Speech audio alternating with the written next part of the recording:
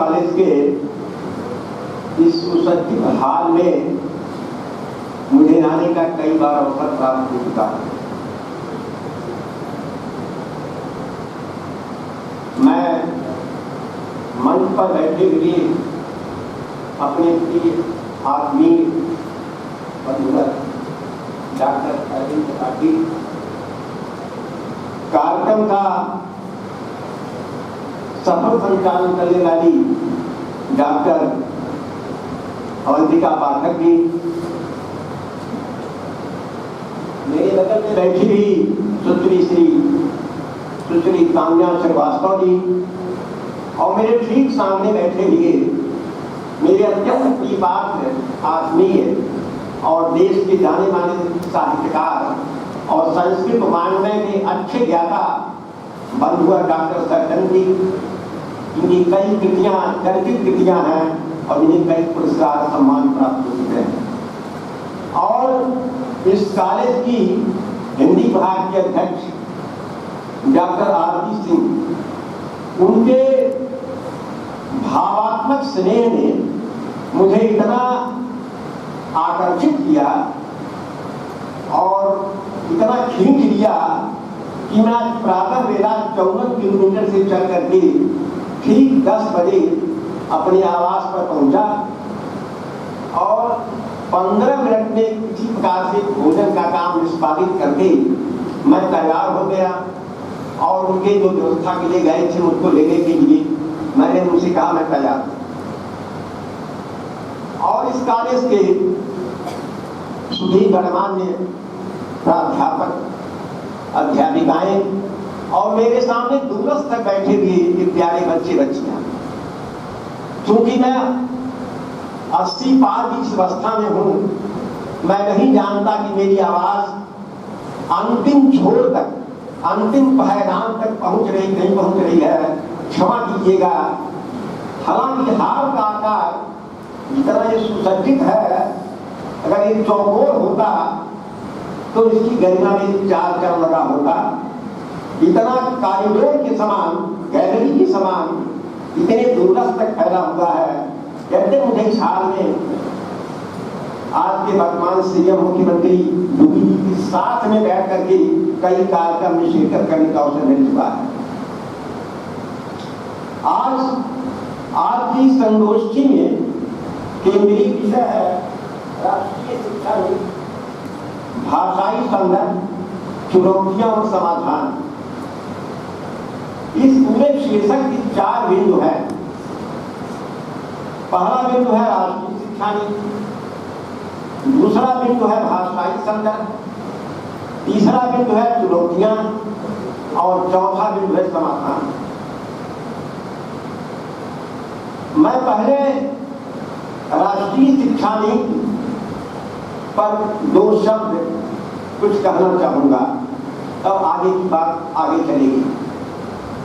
राष्ट्रीय शिक्षा नीति में केंद्रीय शब्द है शिक्षा। शिक्षा क्या केवल डिग्री प्राप्त करना है? शिक्षा क्या केवल नौकरी की हिकपनी है?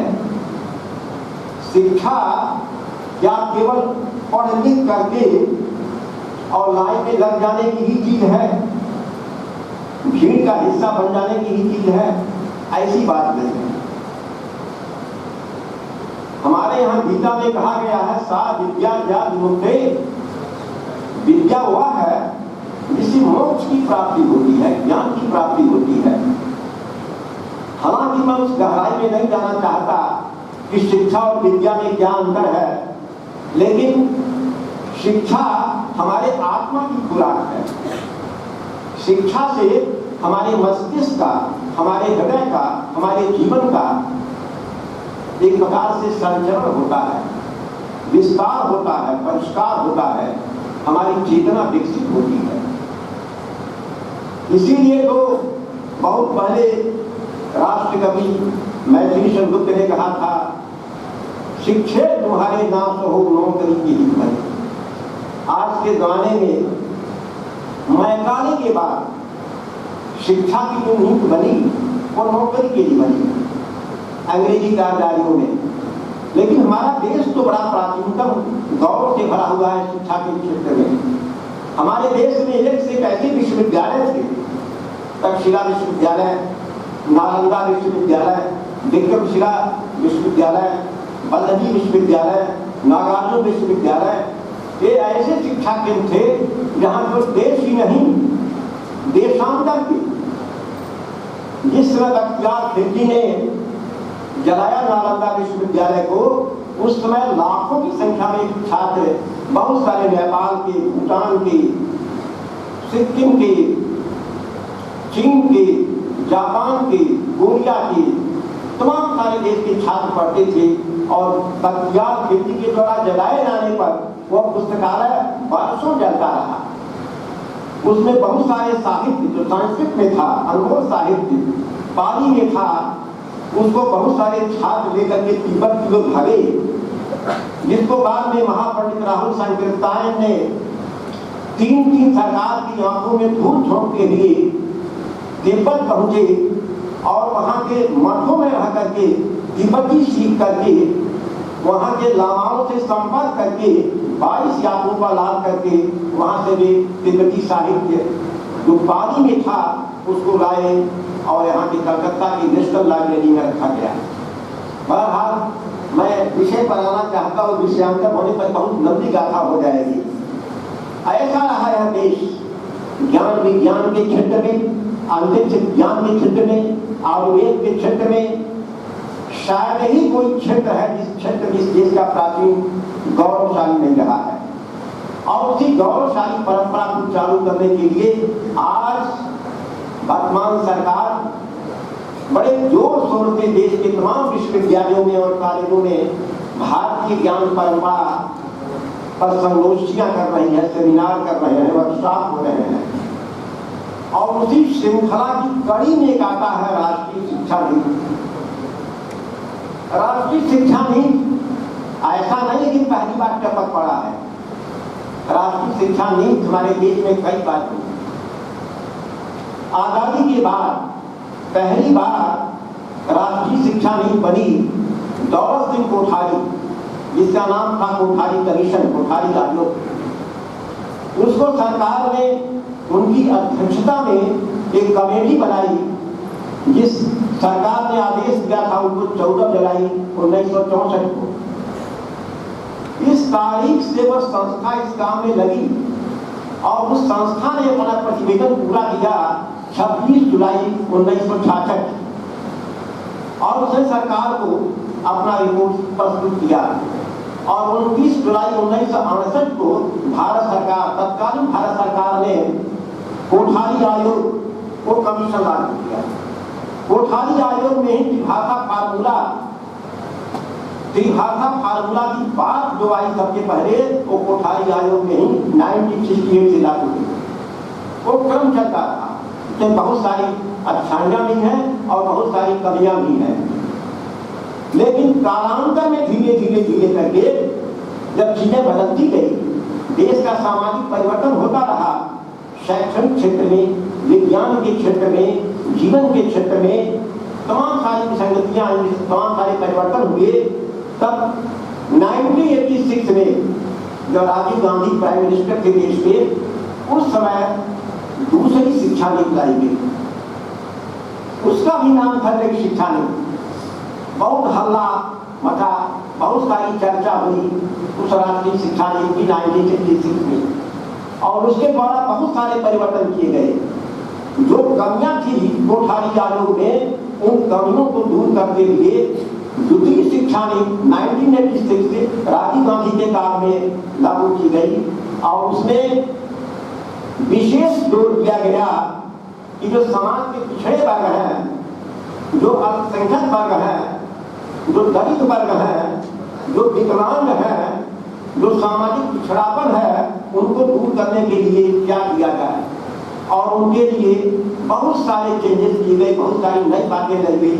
और उन्हीं लोगों के लिए नवोदय विद्यालय खोले गए दूरस्थ में, जहां बच्चों को मातृभाषा के माध्यम से प्रारंभिक शिक्षा दी जाने की बात कही गई थी। प्रारंभिक शिक्षा मातृभाषा के रूप में। और उसी के साथ साथ उनको निःशुल्क भोजन, निःशुल्क पुस्तकें, निःशुल्क ड्रेस और निःशुल्क आवास की व्यवस्था की गई थी। ये नीति आई उच्च शिक्षा नीति 86। और उसमें ये भी आया कि हर प्रदेश अपना पाठ्यक्रम एक स्तर पर ले आवे, पाठ्यक्रम में एक रूपता हो, समरूपता हो, मुंडे मुंडे मते भेजना ऐसा न हो कि उस विश्वविद्यालय का पाठ्यक्रम कुछ और है, उसका कुछ और है। और मैं समझता हूँ उसी कालखंड में ही जब मैं वीर बहादुर सिंह पूर्वांचल विश्वविद्यालय जौनपुर के हिंदी कमेटी का कन्वीनर था और उसमें वहाँ वाइस चांसलर के रूप में थे नरेश चंद्र गौतम, तो उन्होंने कहा कि आप ऐसा पाठ्यक्रम तैयार कीजिए हिंदी विषय का जिसमें पूरे प्रदेश की समरूपता हो और एक कोई क्षेत्रीय भाषा को उसमें प्रमुखता दी जाए। उसी के तहत मैंने भोजपुरी को स्नातक स्तर पर किसी वर्ष में एक कंपल्सरी पेपर के रूप में लागू किया और मेरे द्वारा संपादित एक पुस्तक लाई गई भोजपुरी दर्शन, जो पाठ्यक्रम में रिकमेंडेड थी। और उसी कालखंड में ही मैंने एक पुस्तक लिखी जिसका नाम था लोक साहित्य सिद्धांत और भोजपुरी लेखन, जो पाठ्यक्रम में रिकमेंड की गई रेफरेंस बुक के रूप में। इस तरह से समरूपता लाई गई, लेकिन उसमें कहा गया कि 80% तो समरूपता रहेगा, लेकिन 20% में विश्वविद्यालय आजाद है अपने ढंग से जोड़ने घटाने के लिए। और उसमें क्षेत्रीय भाषाओं को प्राथमिकता दी गई। मुझे याद है हैदराबाद विश्वविद्यालय में अवधी को, आगरा विश्वविद्यालय में गद्दी को, झांसी विश्वविद्यालय में बुंदेली को और पूर्वांचल विश्वविद्यालय में भोजपुरी को लागू किया गया। और मैं समझता हूँ किसी के आसपास 90 में गोरखपुर विश्वविद्यालय में भी जब कृष्णांत प्रसाद तिवारी या रामदेव शुक्ला हिंदी विभाग के अध्यक्ष थे तो भोजपुरी को भी एमए के एक पेपर के रूप में रिकमेंड किया गया उसी फार्मूला के तहत। लेकिन सवाल ये उठता है कि जब इतनी शिक्षा नीतियां बनी तो फिर राष्ट्रीय शिक्षा नीति 2020 की आवश्यकता क्यों पड़ी, जो आज के संगोष्ठी का केंद्रीय विषय है राष्ट्रीय शिक्षा नीति। 2020 तो नहीं लिखा हुआ है, लेकिन उसका नाम ही है राष्ट्रीय शिक्षा नीति 2020 और उसमें भाषाई संदर्भ, चुनौतियां और समाधान है। राष्ट्रीय शिक्षा नीति 2020 का फाउंडर कौन है, इसका न्यू डालने वाला कौन है, आपको जानकर आश्चर्य होगा। शिक्षा में नहीं, देश का महान नक्षत्र वैज्ञानिक के कस्तूरी रंगन की अध्यक्षता में राष्ट्रीय शिक्षा नीति 2020 का गठन किया गया। उनकी अध्यक्षता में एक कमेटी बनाई गई के कस्तूरी रंगन 2020 और इस कस्तूरी रंगन की इस रिपोर्ट ने जो अपना प्रत्यावेदन किया भारत सरकार को, उसके अनुसार राष्ट्रीय शिक्षा नीति लागू की गई। इसकी जरूरत क्या पड़ी जब ऑलरेडी गौरव सिंह कोठारी और द्वितीय शिक्षा नीति राजीव गांधी के काल की चल ही रही थी, बहुत सारे सुधार किए गए थे, तो क्या आवश्यकता पड़ गई? आवश्यकता पड़ी। अब तक तो था कि शिक्षा के द्वारा डिग्री बांटना, बच्चों को high school, inter, BA, MA करा देना। अब इसमें एक जोर दिया गया कि कौशल विकास को जोर दिया गया, सीखने की कला, शिक्षा के साथ साथ सीखने की कला ये भी बताई गई। और इसके लिए ये कहा गया कि जो मानव संसाधन विकास मंत्रालय विभाग का नाम है, जिसको संभवतः मोदी सरकार ने ही चेंज किया शिक्षा मंत्रालय से, इस प्रतिवेदन में, कस्तूरी रंगन के प्रतिवेदन में पहली बात तो ये कहा गया कि मानव संसाधन विकास मंत्रालय नाम बदल करके फिर इस विभाग का नाम शिक्षा मंत्रालय कर दिया जाए, पहली बात। और दूसरी बात ये कही गई कि शिक्षा के स्तर को, इस अध्यापन के स्तर को क्लासिफाई किया गया और क्लासिफाई करने बताया गया कि जो प्रारंभिक शिक्षा होगी, प्राथमिक शिक्षा होगी, हालांकि ये बात तो की भाषा फार्मूला में कोठारी ने भी कहा था, यही बात राजीव गांधी के काल की शिक्षा नीति में भी हुआ था लेकिन इसमें जोर दिया गया कि प्रारंभिक शिक्षा, प्राथमिक शिक्षा मातृभाषा या क्षेत्रीय भाषा में होगी। लेकिन यह कोई नई बात नहीं थी। संविधान के अनुच्छेद 350 में स्पष्ट लिखा हुआ है कि प्राथमिक शिक्षा मातृभाषा या क्षेत्रीय भाषा में दी जाएगी, संविधान की धारा 350 ए। लेकिन वहीं 343 धारा में स्पष्ट लिखा हुआ है कि भारत संघ की राजभाषा हिंदी होगी, देवनागरी लिपि में लिखी हुई हिंदी होगी। लेकिन साथ ही साथ 343 के क भाग में एक वाक्य जोड़ा गया है, also English for Pandit Jawaharlal Nehru. Pandit Jawaharlal Nehru के चिट के आगे संविधान सभा की जो भाषा कमेटी थी, उस भाषा कमेटी ने 15 साल अंग्रेजी को भी राजभाषा के रूप में चलने के लिए आदेशित कर दिया। और आपको जानकर ये प्रसन्नता होगी और आश्चर्य भी होगा कि संविधान सभा की राजभाषा कमेटी में जितने भी लोग थे, मोस्टली साउथ इंडिया या नॉन हिंदी स्पीकिंग एरिया के थे। उसमें टी कृष्णाचारी थे, राज गोपालाचारी थे, एबी मित्र थे, कन्हैयालाल मणिलाल मुंशी थे, यादव सरकार थे, आयंगर साहब थे, धुलेकर साहब थे। ये सब नॉन हिंदी स्पीकिंग एरिया के हैं। इन सबों ने हिंदी की वकालत की थी। इन सबों के प्रयास से हिंदी को राजभाषा घोषित किया गया था। लेकिन पंडित जी के दबाव पर जोड़ दिया गया धारा ला करके आल्सो इंग्लिश। आल्सो इंग्लिश का मतलब यह हो गया कि 15 साल तक अंग्रेजी में राजकाज चलता रहेगा। अब आप बताइए,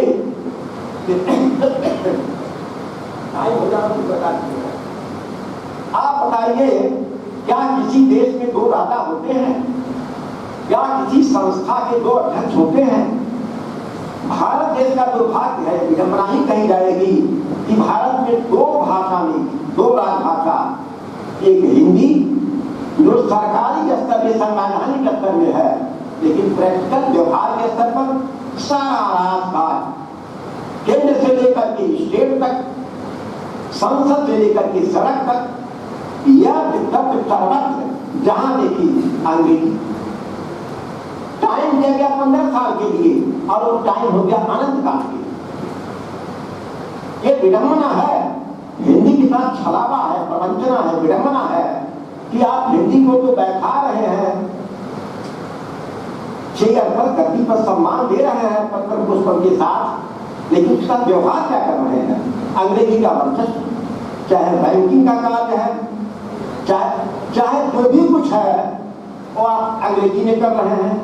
सारे के सारे मेडिसिन कंपनियां अंग्रेजी में लिखती हैं।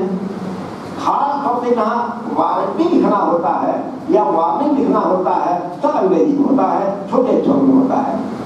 क्या गांव देहात का आम आदमी, छोटा आदमी, कम पढ़ा लिखा आदमी, खेत गंवे गांव का आदमी, क्या वो अंग्रेजी में वो सब पढ़ पाएगा, समझ पाएगा? उसके पल्ले पड़ेगा? हर दिन नहीं पड़ेगा। तो मैं समझता हूं जब मैं गले को सीख लूं तो मैं और आगे चलूं।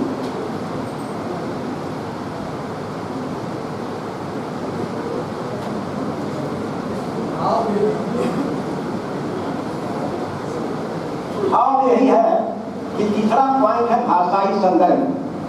भाषाई संदर्भ तो यही है कि राष्ट्रीय शिक्षा नीति 2020 के अंतर्गत प्राथमिक स्तर पर भाषा क्षेत्रीय रहेगी और एक भाषा हिंदी की पढ़ाई जाएगी। इसी फार्मूले के अंतर्गत महाराष्ट्र में वहां की सरकार ने, वहां की चीफ मिनिस्टर ने जो नियम बनाया उसके अनुसार था हिंदी, मराठी और अंग्रेजी। उस राष्ट्रीय शिक्षा नीति के आदेशों का पालन करते हुए हिंदी को स्थान दे दिया अनिवार्य करने की श्रृंखला में वहां आसमान खड़ा हो गया। वो मन से, और वह यूडीपी क्या संस्था का नाम है, उद्धव ठाकरे के, ये दोनों जाने दुश्मन थे। 20 साल से कोई संपर्क नहीं था। वो दोनों एक बिंदु पर आ गए भाषा की राजनीति करने के लिए, और इतना उपद्रव खड़ा किए कि वहां के चीफ मिनिस्टर को जो हिंदी में अनुवाद की गई थी उसको वैकल्पिक करना पड़ा। ये विडंबना देखिए, दुर्भाग्य देखिए। इतना ही नहीं, जो उद्धव ठाकरे जब सत्ता में थे तो वह तीसरी भाषा के रूप में हिंदी को भी अनुवाद किए थे 12वीं क्लास तक। ये परंपरा चली 2022 तक। लेकिन जब ये पॉइंट आया और देखिए कोई मुद्दा नहीं मिल रहा है वोट की राजनीति के लिए, आने वाले चुनाव को पेश करने के लिए, तो भाषा की राजनीति करने लगी और हिंदी के विरोध पर आ गए। हिंदी, इस हिंदी के समर्थन में महाराष्ट्र खड़ा था, जहां लोकमान्य तिलक ने हिंद केसरी निकाला था हिंदी में, जहां गोपाल कृष्ण गोखले, काका कालेलकर, एक से जहां विद्वान हिंदी की पूरक हुए। जिस महाराष्ट्र का शिवसेना वाला है शिवाजी के नाम पर, वो शिवाजी महाराज अपने राज्याभिषेक के अवसर पर काशी के संस्कृत पंडितों को और हिंदी पंडितों को बुलाए थे कार्यक्रम में। इतना ही नहीं, शिवाजी के उचित महाराज में भूषण ने जो मलक्ष मंच पर शेर शिवराज है वो गीत सुनाया था कई बार। और शिवाजी के पुत्र संभाजी राजे ने हिंदी में 3 काव्य लिखा है। एक का नाम है नायिका भेद, एक का नाम है नरसिंह, एक का नाम है शास्त्रदत्त। जो महाराष्ट्र हिंदी का करता, जिस महाराष्ट्र में देश के कोने कोने से लोग जाते हैं, खासतौर से हिंदी भाषी क्षेत्र यूपी बिहार से जाते हैं, सब बोलते हैं, उस महाराष्ट्र में जो बेचारे ठेले वाले हैं, खोमचे वाले हैं, रेवड़ी वाले हैं, साधारण दुकान वाले हैं, उनका तुम लोग तमाशा मार रहे हो, कान अमेट रहे हो कि तुम मराठी बोलो। तुम कभी नहीं गए मुस्लिम बस्ती वाले इलाकों में यह कहने के लिए तुम मराठी बोलो। तुम कभी नहीं गए जो फिल्म स्टार है बड़े बड़े, तुम मराठी बोलो। तुम कभी नहीं गए बड़े बड़े क्रिकेटर के यहाँ, तुम मराठी बोलो। लेकिन जो छुटभैये थे, जो गरीब गुरबा वाले थे, जो यूपी बिहार से ले गए थे, उनके पीछे पड़ गए वाली भाषा की राजनीति, और अंत में मजबूर होकर वहां के चीफ मिनिस्टर को हिंदी को अनिवार्य से घटा करके वैकल्पिक करना पड़ा। ये भाषाई संदर्भ है। और आज के इस भाषाई संदर्भ में, इस भाषाई संदर्भ की लड़ाई महाराष्ट्र में नहीं है, तमिलनाडु में भी है। जिस तमिलनाडु में बहुत पहले 1918 में महात्मा गांधी ने इंदौर के भाषण के बाद अपने पुत्र देवदास को हिंदी के प्रचार के लिए भेजा था, दक्षिण के तमाम राज्यों में, तमिलनाडु, केरल, हर चारों राज्यों में, आंध्र प्रदेश, कर्नाटक, इन राज्यों में दक्षिण भारत हिंदी प्रचार सभा की स्थापना कराई उस कालखंड में 1918। और पूरा का पूरा साउथ इंडिया एक प्रकार से हिंदी सीख रहा था। एक प्रकार से उनके अंदर ऐसा जरूर सवाल था हिंदी सीखने के लिए। वो जानते हैं कि बिना हिंदी जाने हम देश के अन्य भाग में नहीं कर सकते हैं, नौकरी नहीं पा सकते हैं, नहीं कर सकते हैं। सोच लीजिए, इसी देश में कभी जब अंग्रेजों के आईसीएस आते थे यहाँ कलेक्टर बन करके, तो उनको भोजपुरी अंचल में भोजपुरी बोलने के लिए सीखने के लिए एक सरवरिया पत्रिका चलाई जाती थी, जिसके संपादक थे गोरखपुर के मनन द्विवेदी। 1920 में पत्रिका निकलती थी, और उस पत्रिका की कोई कापी आप यहाँ नहीं है, लंदन के इंडिया हाउस में है। वो भोजपुरी सीखते थे।